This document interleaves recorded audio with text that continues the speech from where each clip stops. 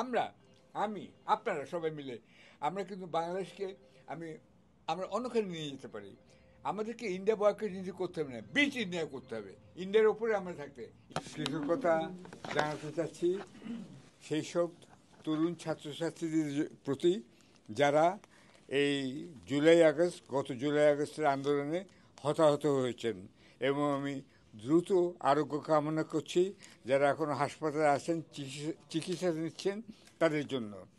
এবং আমি মনে করি যে আমি আজকে যে এখানে আসতে পেরেছি, আবার এটা যে উদ্বোধন করছি, এটা তাদের জন্যই সফল হয়েছে। সুতরাং ছাত্র আন্দোলন, ছাত্র জনতা আন্দোলন, ছাত্র জনতা অভিভাবক আন্দোলন, কেন অভিভাবকরা তাদের সঙ্গে যোগ দিয়েছেন, এটা মনে রাখতে হবে। সুতরাং তাদের প্রতি আন্তরিক কৃতজ্ঞতা প্রকাশ করতে পারছি। আমরা ঢাকায় ফিরতে পেরেছি, গত 8 বছর আমরা নির্বাসনে ছিলাম, এবং আমরা আমাদের নিজস্ব ভবনে ফিরতে পেরেছি। মনে রাখতে হবে আমরা দখল করিনি, আমরা দখলমুক্ত করেছি এই ভবনকে। এবং আমি খুবই কৃতজ্ঞতা প্রকাশ করছি যে আমার সহকর্মী যারা আছেন, আমি অনুরোধ করব সবাইকে যে আপনারা যারা আমাদের সঙ্গে এখন আছেন তারা যেন থাকেন এবং আমাদেরকে একটু সময় দিন, আমরা ঠিক জায়গা থেকে ফিরে আসবো।